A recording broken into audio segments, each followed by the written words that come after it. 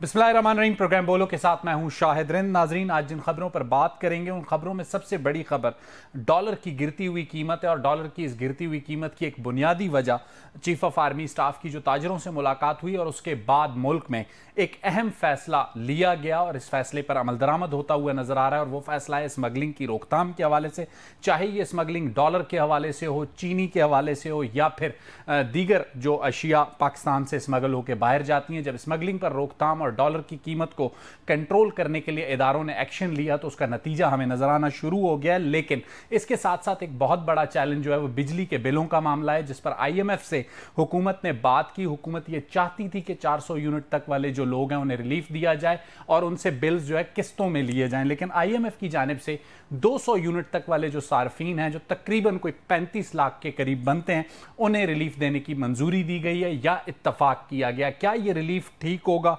और सबसे बड़ी चीज, डॉलर की जो गिरती हुई कीमत है ये पाकिस्तानी मईशत के लिए कितनी बेहतर है, इस पर पहले सेगमेंट में बात करेंगे। दूसरे सेगमेंट में बात करेंगे 190 मिलियन पाउंड की स्टोरी की और उसके अलावा एक वकला तहरीक हमें मुल्क में चलती हुई नजर आ रही है। वकला जो है वो एक्टिव हो चुके हैं, क्या सियासी जमातें उन्हें ज्वाइन करेंगी, इस पर बात करेंगे दूसरे और तीसरे सेगमेंट में। लेकिन पहले सेगमेंट में जरा माशी सूरत हाल, डॉलर की गिरती हुई कीमत और बिजली के बिलों का मामला कितना बड़ा चैलेंज है निगरान हुकूमत को, इस पर बात करने के लिए हमारे साथ मौजूद हैं माहिर मईशत हैं डॉक्टर खाकान हसन नजीब साहब। डॉक्टर साहब, आपको खुशामदीद कहता हूं। Good to be on your programme. Thank you doctor साहब। डॉक्टर साहब, इस वक्त जो हम सूरत हाल देख रहे हैं, डॉलर जिस तरीके से गिर रहा है, आपके ख्याल में इसका गिरना पाकिस्तानी मईशत के लिए कितना अहमियत का हामिल है? साहब, एक तो मेरा ये ख्याल है कि पाकिस्तान में दो मार्केट्स हैं, एक इंटरबैंक मार्केट और एक हमारी ओपन मार्केट जो एक्सचेंज रेट कंपनीज के साथ है। एक तीसरी मार्केट डेवलप हुई थी जिसको आप ग्रे मार्केट कहें। उस ग्रे मार्केट से ये भी दिखाई दिया कि डॉलर स्मगल भी हो रहा था और स्टोर ऑफ वैल्यू भी बना हुआ था, यानी कि नो योर कस्टमर के बगैर शायद काम हो रहा था। लोग इसलिए नहीं खरीद रहे थे कि उन्होंने बच्चों की पेमेंट करनी है, तालीम की या ट्रैवल करना है, बल्कि एक वैल्यू बना हुआ था। आई थिंक हुकूमत कोई भी हो उसको एक्सपेक्टेशन और अनसर्टेनिटी को हमेशा मैनेज करना पड़ता है। ये काम है हुकूमतों का, एडवोकेसी करना, सिग्नलिंग करना। ये जो पिछले दिन में हुआ है उसमें एक तो ये हुआ है कि आपको पता है कुछ कॉन्फिडेंस बिल्डिंग मेजर्स लिए गए हैं जिससे एक सिग्नल ये गया है कि स्मगलिंग को बर्दाश्त नहीं किया जाएगा। और कुछ स्ट्रक्चरल काम किए, स्टेट बैंक ने वो किए। उन्होंने ये किया कि जो एक कंसोलिडेशन करनी चाहिए और ये जरूरी है। इतनी सारी एक्सचेंज कंपनीज हैं और वो जो कैटेगरी बी की हैं उन्हें वापस ए में ला रहे हैं, उनका कैपिटल बढ़ा रहे हैं। वो सारे काम जो हैं वो करने की तरफ हम आगे बढ़े। अच्छा, इसके साथ साथ ये हुआ कि एक सेंटिमेंट का रिवर्सल जब होता है तो बहुत से लोग जो कि जिन्होंने स्टोर ऑफ वैल्यू बनाया हुआ था वो अपनी प्रॉफिट टेकिंग के लिए भी आ जाते हैं। सो ये एक जो एक्सुबरेंस लोगों में पैदा हो गई थी कि आज 1 रुपया बढ़ गया, कल 2 रुपए बढ़ गया। जब वो चीज टूटना शुरू हुई तो एक सेंटिमेंट की जो तब्दीली है वो आपने देखी। ठीक है, ये याद रखिए, पाकिस्तान ना बहुत बड़ी एक इनफॉर्मल इकोनॉमी है।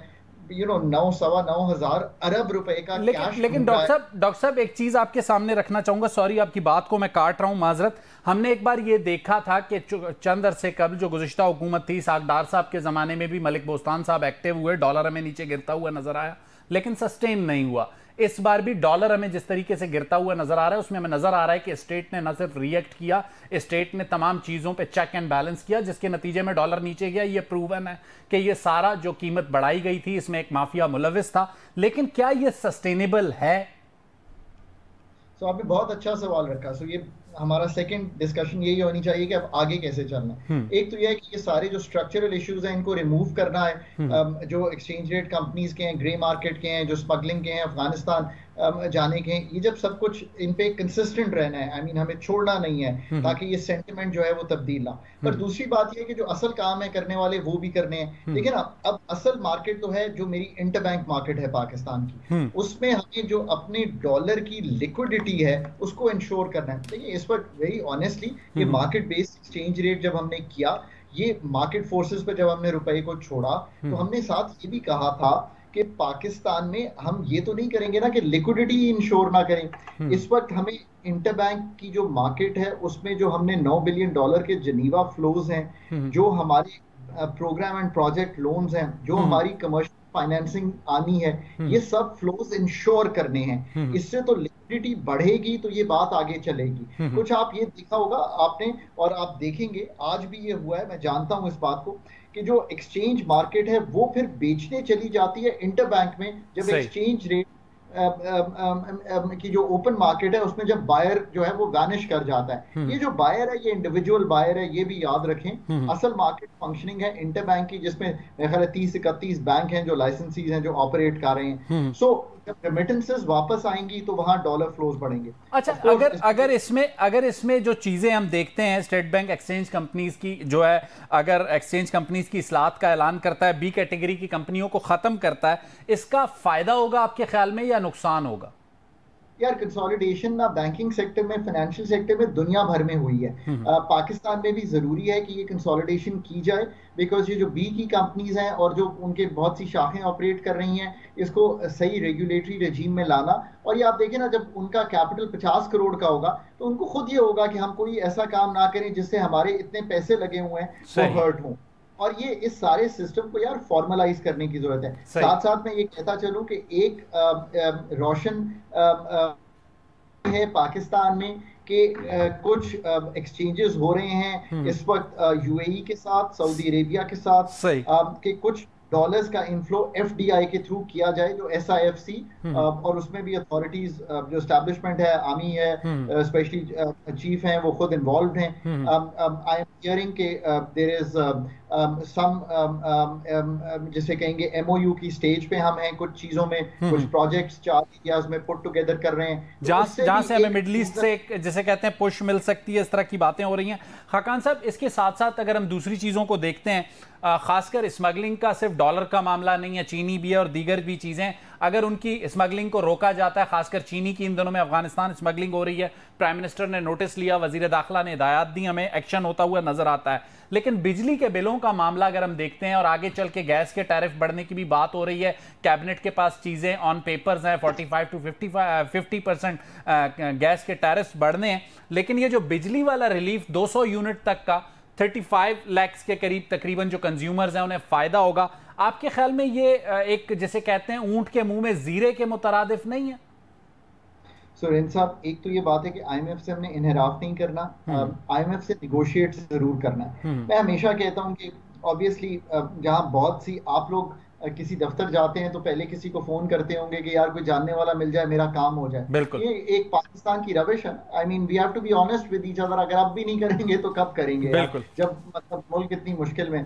सो आप ये सोचिए कि सिंसेरिटी, कॉम्पिटेंस, ये सारी चीजें जो है, ये जब हम आईएमएफ से डील करते हैं तो वहां आपको मेरी तरह के 8-10 लोग मिलेंगे जो पीएचडी भी हमारी तरह की यूनिवर्सिटी से करके आए होंगे, काम भी इंटरनेशनली कर रहे हैं, पाकिस्तान के डेटे को बहुत अच्छी तरह समझते हैं, सारा दिन मॉडल कर रहे हैं। अब आप उनको कन्विंस करना तो आपका काम है ना। IMF is a matter of negotiation, वो आपका डॉक्टर भी है, बैंकर भी है, आपको उनको कन्विंस करना था कि आप 200 से ऊपर भी रिलीफ जो है थोड़ी सी वो कायम कर दें। उसको कायम करने के लिए आपने उनको कह देना था कि अगर इसमें कुछ रकम और लगती है तो हम किसी पर टैक्स लगाकर ये रकम ले लेंगे, हम जीआईडी मद में ये रकम ले आएंगे। There are ways. I remember एक जमाने में हमें 80 अरब चाहिए थे तो हमने 40 अरब के टैक्स लगाए, पर 40 अरब हमने जीआईडीसी से ले लिया। What I am trying to say is कि उनके साथ एंगेज रहे, नेगोशिएट करें। 200 की relief is not enough, I agree with you.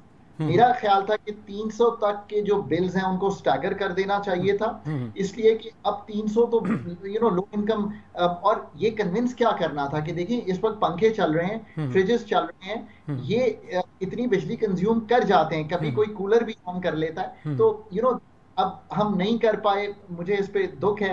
But असल बात ये है रिन साहब कि क्या वो हमें कह रहा है कि 589 बिलियन का जो आप नुकसान इस साल करने जा रहे हैं, टीएनडी लॉसेस और जो कलेक्शन नहीं, वो तो आईएमएफ से ताल्लुक नहीं है ना। आप वो तो काम करें। आप खाकान साहब, हमें आज थोड़ा सा एक्टिविटी नजर आई है, ये जो थेफ्ट वाले, लाइन लॉसेस वाले पैसे हैं, आज हमने देखा है कि इलेक्ट्रिसिटी की जो कंपनियां हैं वो जरा एक्टिव हुई हैं, लेकिन यही रिक्वायरमेंट होगी जरा लॉन्ग टर्म में इसी किस्म की एफर्ट्स, स्मगलिंग की रोकथाम, चाहे वो डॉलर हो, चाहे वो चीनी हो, बिजली के लाइन लॉसेस को कंट्रोल करने के लिए। ये आर्जी होता है जिसके बाद फिर दोबारा हम अपनी डगर पे चले जाते हैं, मेरा ख्याल है वो हमें नुकसान देता है। साहब एब्सोल्युटली।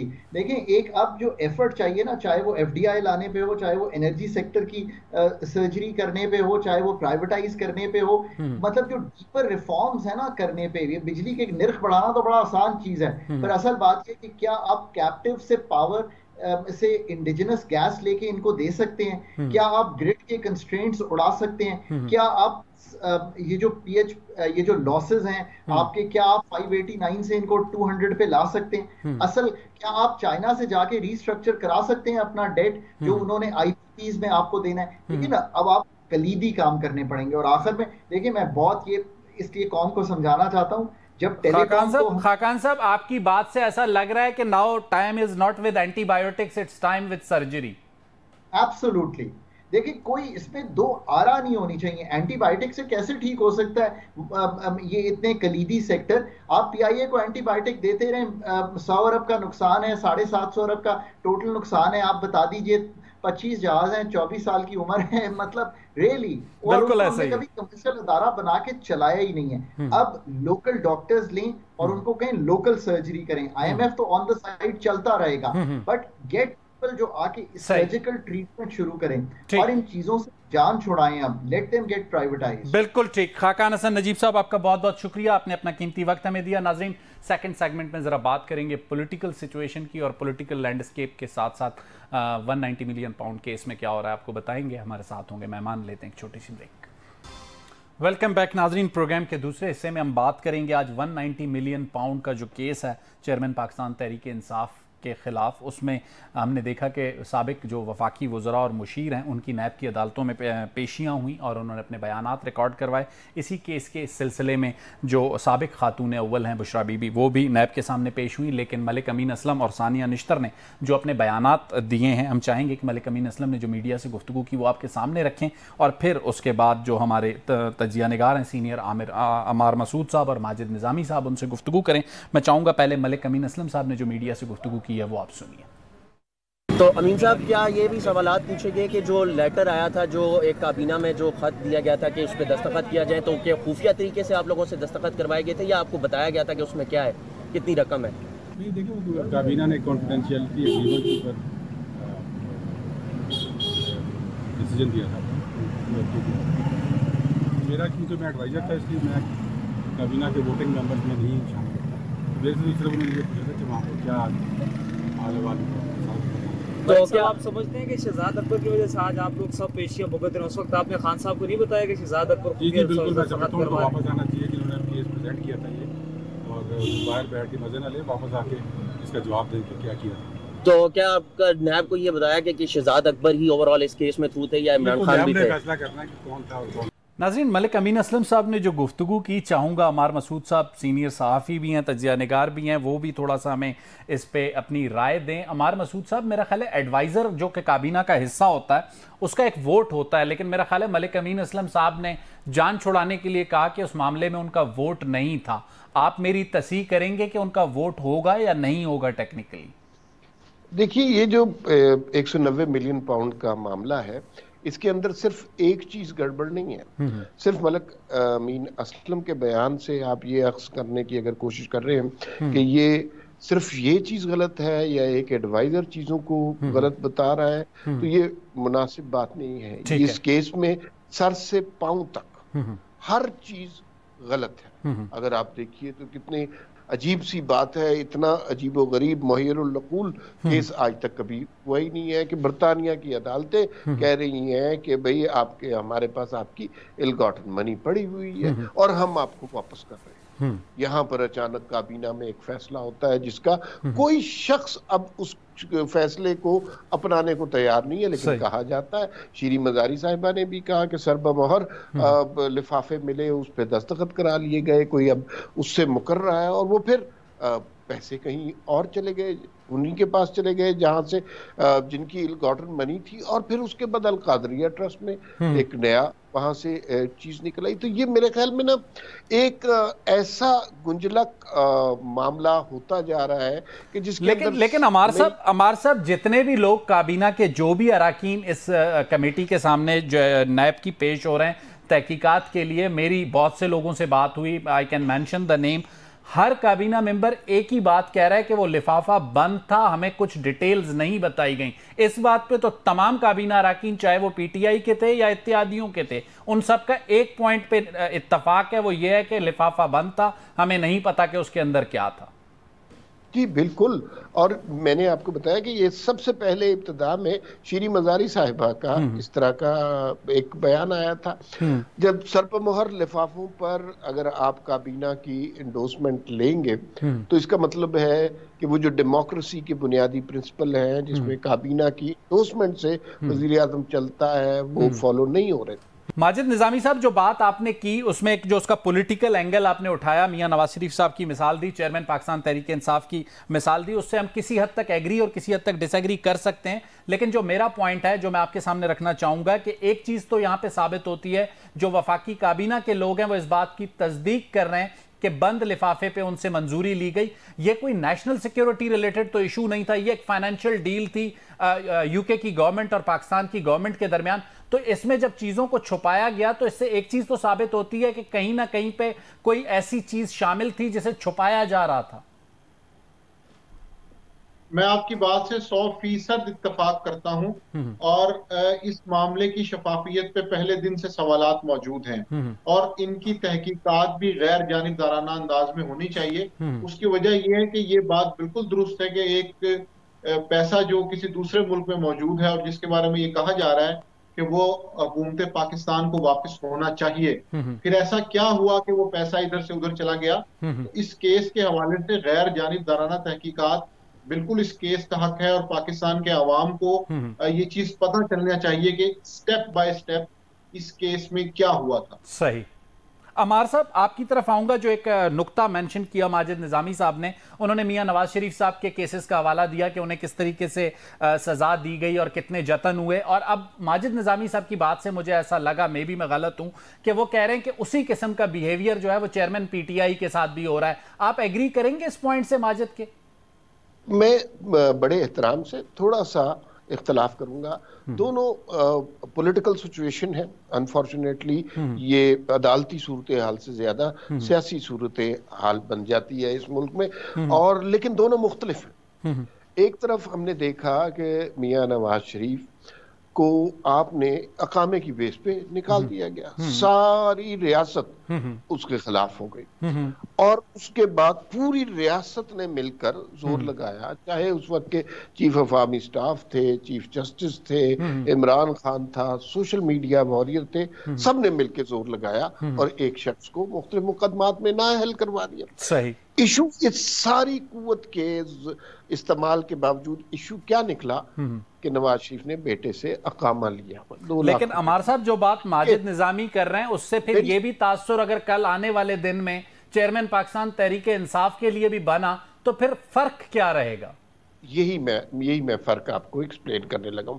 फर्क बुनियादी तौर पर भाई ये है कि इमरान खान के साथ अदालतों ने आज तक वो सलूक नहीं किया, इस बात को जानते हुए कि वो इस वक्त जेल में है। इस सब के बावजूद मैं ये कह रहा हूं कि ये तो सिर्फ एक केस है ना, इसके अलावा आपने देखा कि एक बेंच बना हुआ था, 3 का टोला उसे हम कहते थे, जिन्होंने कानून को, आइन को, हर चीज को पामाल करके सिर्फ जिंदगी का मकसद जो है ये रखा कि वो इमरान खान के खिलाफ कोई फैसला नहीं देंगे। ये अचानक बेंचेस के अंदर आ धमकते थे कि भाई हम लोग बैठेंगे और ये फैसला करेंगे। तो इमरान खान साहब के साथ तो वो सलूक हुआ नहीं। दूसरी बात ये है, ये मामला अकामे का मामला नहीं है, ये मामला कितने का है? 190 बिलियन डॉलर का है। एक मिनट के लिए आपको यहाँ रोकूंगा। अमार साहब, चाहूंगा कि माजिद इस पर रिस्पॉन्ड करें। जो आपने ओपिनियन दिया, माजिद आप एग्री करेंगे अमार साहब की बात से कि दोनों मामलात मुख्तलिफ हैं?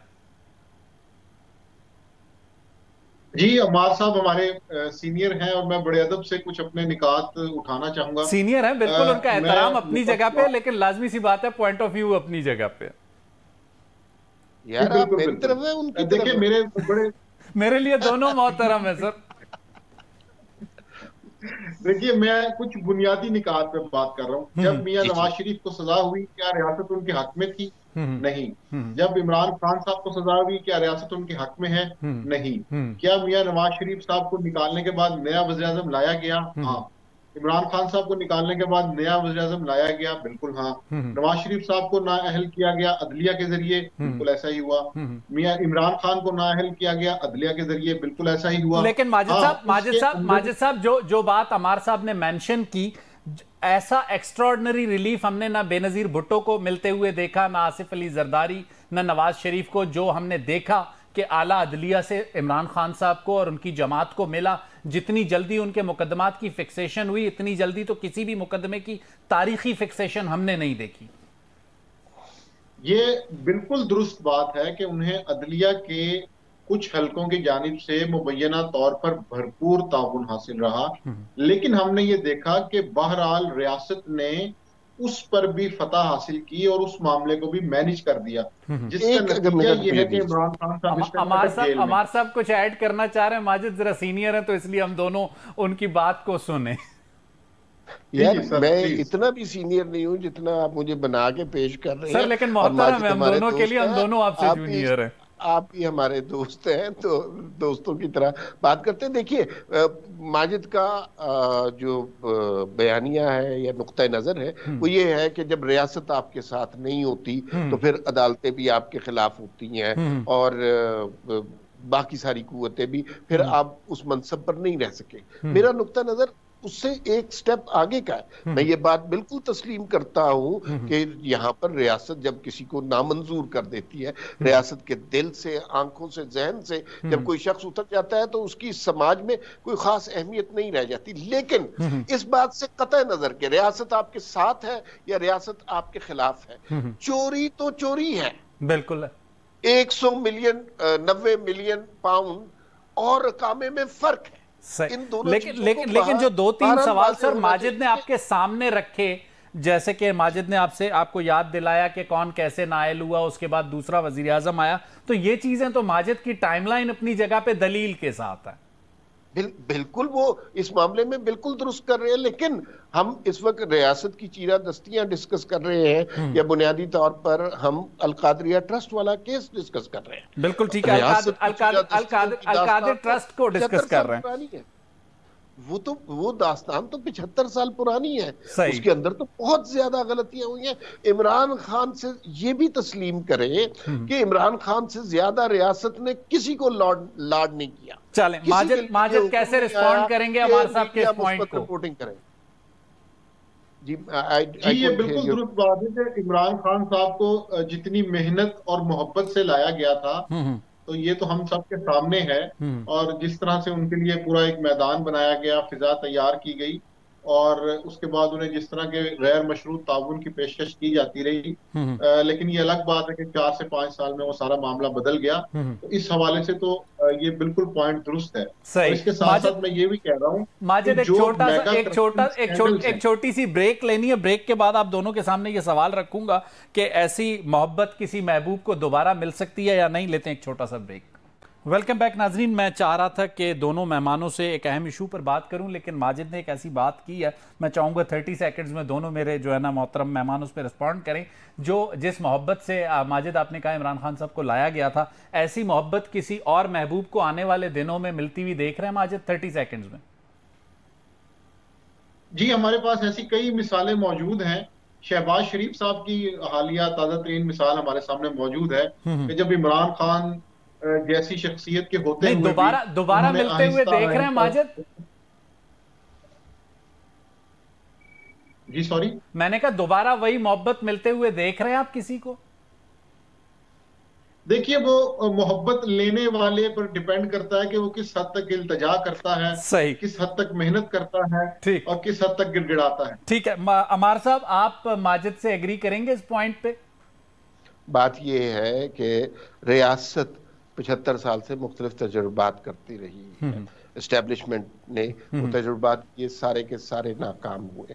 इसमें सबसे नाकाम तजुर्बा आखिरी हाइब्रिड निजाम का था। उसके बाद उन तौबा कर लेनी चाहिए। चले ठीक हो गया। मैं अब चाहूंगा आप कह रहे हैं हमारे साहब के रियासत ने तौबा कर ली है बजायर सूरत-ए-हाल से। हो सकता है मैं और माजिद किसी हद तक एग्री करें और किसी हद तक डिसएग्री। 2 और अहम नुक्ते हैं, दोनों आप मेहमानों के सामने रखना चाहूंगा। एक, प्रेसिडेंट आरिफ अलवी की जो मियाद मुद्दत है वो 8 सितंबर को मुकम्मल होने जा रही है।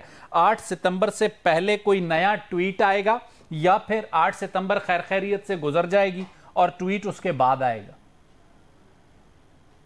किससे पूछ रहे हैं? अमार साहब।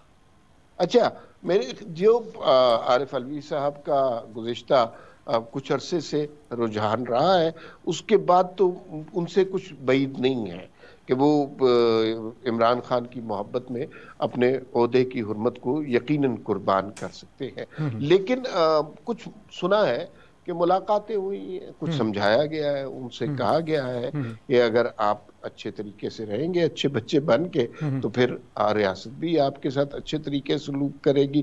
तो मुझे तवक्को है कि अब वो बिहेव करेंगे। ये बड़ा अलमिया है, लेकिन जिस तरह आपकी तवक्को अपनी जगह पे, मैं कुछ बाद में ऐड करूंगा। पहले चाहूंगा कि माजिद अपना रिस्पॉन्स दें, फिर मैं उसमें कुछ ऐड करूंगा। जी माजिद।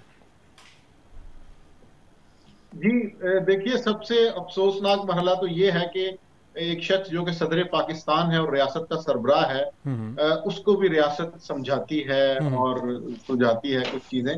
तो मैं समझता हूँ कि ये पहला एक अफसोसनाक रवैया है। लेकिन इसके साथ साथ मैं ये समझता हूँ कि सदर रफीक तारड़ की मिसाल हमारे सामने है, जो सदर मुशर्रफ के इंतहाई ऑपोजिट थे, लेकिन वो उनके साथ कुछ ना कुछ अरसा फिर भी निकाल गए थे।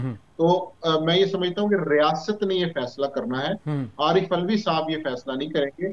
रियासत ये फैसला करेगी कि उन्होंने आरिफ अलवी को रखना है या नहीं। लेकिन मैं जो ट्वीट की बात कर रहा था, जैसे पिछले एक ट्वीट का छोटा सा शायद इसमें एक छोटा सा नुक्ता ये भी है कि सिर्फ रियासत नहीं फैसला करती, कुछ फैसले इंसान की अपनी जात पर भी होते हैं। जैसे रफीक तारड़ साहब ने जब मुशर्रफ साहब ने कू किया तो उन्होंने पहली फुर्सत में वो अपना इस्तीफा पेश करना चाह रहे थे और वो इस्तीफा देना चाह रहे थे, तो फिर मियां शरीफ साहब ने उनको फोन करके इस्तीफा देने से रोका दिया। ठीक है, ये आपने ठीक किया हम दोनों की। ये दूसरी सिचुएशन ये है कि आरिफ अलवी साहब जिस तरह अपने ओहदे को, मनसब को गिरावट का शिकार कर चुके हैं, तो या अगर उनकी इमरान खान से इतनी मोहब्बत थी, उन्हें इस्तीफा पेश कर देना चाहिए था। इस सारी डिस्कशन की जरूरत। अच्छा, बड़ी इंटरेस्टिंग बात यह है कि काफी दिनों से ये एक जिसे कहते हैं शोर गुआ है इस्लामाबाद में कि कोई बड़ी मुलाकात हुई और उस मुलाकात के ये नतायज हैं।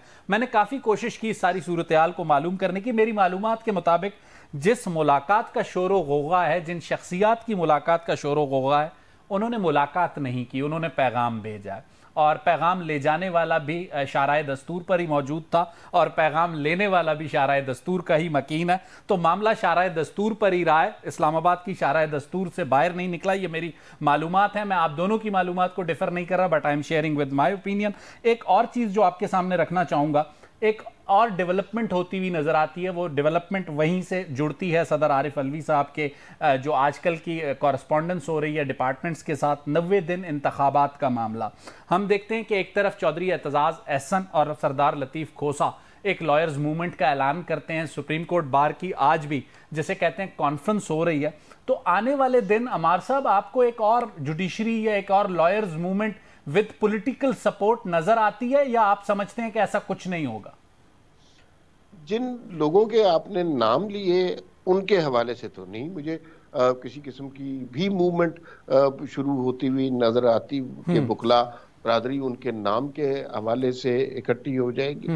इलेक्शन होने चाहिए, इलेक्शन में कोई हरज नहीं है, लेकिन जाहिर है कुछ मतलब ये जो इस मामले को इस कदर खराब किया गया है कि पहले पंजाब में इलेक्शन और केपीके में इलेक्शन करवाने की कोशिश की गई, जो कि बिल्कुल गलत हो जाना था। आप फिर वफाक में दुरुस्त इलेक्शन नहीं करवा सकते। अब इलेक्शन 2-4 महीनों की बात है, फरवरी में हो जाएंगे। लेकिन अमार साहब एक दिलचस्प चीज यह है कि पहली मर्तबा इस सारे क्राइसिस में हमें पाकिस्तान बार काउंसिल और सुप्रीम कोर्ट बार काउंसिल जो है सुप्रीम कोर्ट बार एसोसिएशन दोनों सेम पेज पे नजर आ रही हैं, वरना अदरवाइज डिवीजन हमें नजर आता था।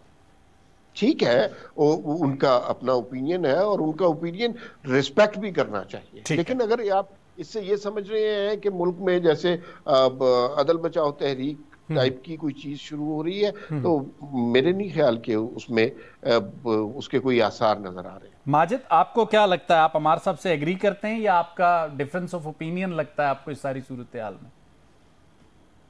ये इस हवाले से इनका नुक्ता बिल्कुल दुरुस्त है कि जी अभी को वकला की जानिब से ऐसी जद्दोजहद का इशारा नहीं मिल रहा, लेकिन वकला के अंदर एक ये जज्बा जरूर पाया जाता है कि मुल्क में जब भी कोई जमहूरी कदरों के लिए जद्दोजहद हुई है तो उसमें वकला सबसे आगे रहे हैं। तो इस टाइम सियासी जमातों में मखमसा ये है कि ना तो तहरीक इंसाफ, मुस्लिम लीग नून, पीपल्स पार्टी, तीनों के बारे में मखमसा ये है कि इनमें से अपोजिशन कौन थी और हुकूमत कौन थी, क्योंकि पिछले 5 साल में ये मामला इतना मिक्स हो गया है कि इस इलेक्शन में जब जाएंगे तो सब पे इल्जामात भी हैं, सबको अपनी परफॉर्मेंस भी देनी है।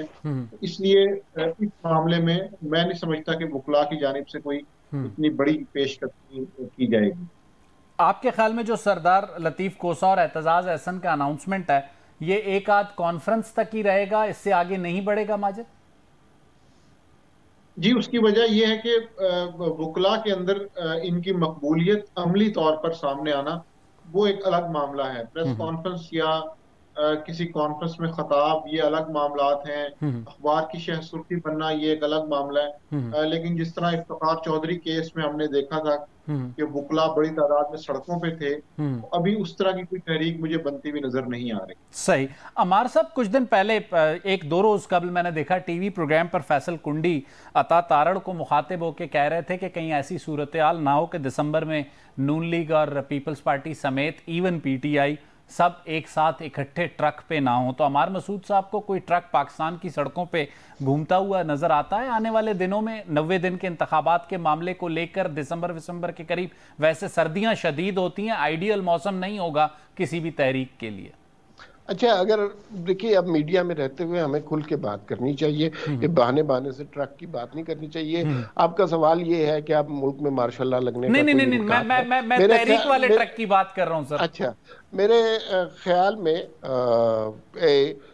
कोई ऐसा इम्कान नहीं है, इसलिए कि हमारी जो माशी सूरत हाल है वो इस कदर दिगरगू है कि हम बड़ी मुश्किलों से सांस रोक रोक कर एक एक दिन, एक एक लम्हा गुजार रहे हैं। इन हालात में कोई एडवेंचर नहीं हो सकता और सारी पार्टियां उसी सूरत में इकट्ठी हो सकती हैं जिसमें कोई बहुत बड़ा मीसाक जमहूरियत हो। और इमरान खान साहब ने तो जाहिर है वो नहीं करना, इसलिए कि इमरान खान की सारी सियासत इन पार्टियों के खिलाफ है। तो लेकिन कुछ दिन कबल उनके वकला ने कहा है कि वो बातचीत करने को तैयार है। हमारे साहब, मेरा नहीं ख्याल कि ये इमरान खान, बाद में आपको पता ही है कितने लोगों को, आपको शायद क्या इस बात का यकीन है कि आज इमरान खान ने कहा कि वो बातचीत करने को तैयार है, कल तक वो इस बात पर कायम रहेंगे?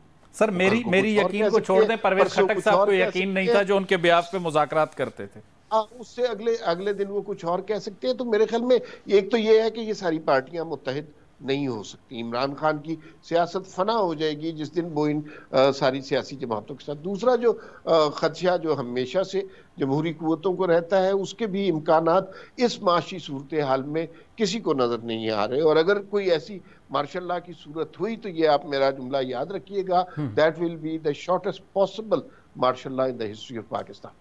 माजिद, अमार साहब अब भी मुझे डरा रहे हैं, मैं मार्शल लॉ की बात नहीं कर रहा था, लेकिन शॉर्टेस्ट पॉसिबल मार्शल लॉ की बात अमार साहब ने कर दी है जो मेरे वहमो गुमान और जहन में नहीं थी। आपको क्या लगता है, तहरीक का जो है ना इंतखाबात के लिए सिर्फ ट्रक आएगा या कोई शॉर्टेस्ट पॉसिबल मार्शल लॉ भी होगा? जी, मैं तो ये समझता हूँ कि इस वक्त पाकिस्तान में किसी मार्शल लॉ की जरूरत नहीं है। उसकी वजह यह है कि गुज़िश्ता 3 हुकूमतें इस्टेब्लिशमेंट के साथ सेम पेज पे रही हैं। ये निगरान हुकूमत मियां शहबाज शरीफ की हुकूमत, इमरान खान की हुकूमत, तो ऐसी कोई वजह नजर नहीं आ रही कि जिसकी बुनियाद पे मार्शल लॉ लगेगा। रियासत के सब काम होते जा रहे हैं, तो इसलिए मैं नहीं समझता कि मार्शल लॉ की नौबत आएगी। सही। अच्छा, एक चीज जो माजिद आपके ख्याल में जो इंतखाबात का मामला है, फरवरी की टेंटेटिव डेट हम सब सुनते हैं कि एक आइडियल टाइम होगा फरवरी, फिलहाल 90 दिन का मामला नजर नहीं आता, मामला 180 डेज पर है। आपको कोई शुबा है कि यह मामला 180 डेज से 181 भी हो सकता है? जी, बिल्कुल हो सकता है। उसकी वजह यह है कि हमारे पास पंजाब और खैबर पख्तूनख्वा की दो अमली और ताज़ा तरीन मिसालें मौजूद हैं कि जिनके अंदर अगर मगर चूंकि चुनाचे के साथ कहीं ना कहीं कोई ना कोई गुंजाइश निकाल ली गई थी। ठीक है, मैं चाहूंगा माजिद, थोड़ा सा टाइम शॉर्ट है, मैं चाहूंगा कि अमार साहब भी इस बात पे ऐड करें। अमार साहब, आप माजिद से एग्री करते हैं? 180 को 181 होता हुआ देखते हैं? कोई शुबा है आपको या नहीं? आप क्लियर हैं कि फरवरी में 180 दिन में इंतखाबात हो जाएंगे? असल में फरवरी के बहुत सारे फैसले सितंबर में होने हैं, अगले 7-8 दिनों में 3 बड़े फैसले इसमें होने हैं। एक सदर मुमलिकत साहब की मुद्दत मुलाजमत खत्म हो रही है, एक चीफ जस्टिस साहब जा रहे हैं, एक और फैसला है जो 12 सितंबर को होगा। ये तीनों फैसले मेरे ख्याल में डायरेक्शन मुतय्यन करेंगे कि आने वाले दिनों में क्या होने वाला। अमार मसूद साहब आपका, माजिद निजामी साहब आपका, दोनों मेहमानों का बहुत बहुत शुक्रिया। सितंबर, अब सितंबर होगा या नहीं इसका फैसला सितंबर में ही होना है। अगले प्रोग्राम तक मुझे शाहिद रिंद को इजाजत दीजिए।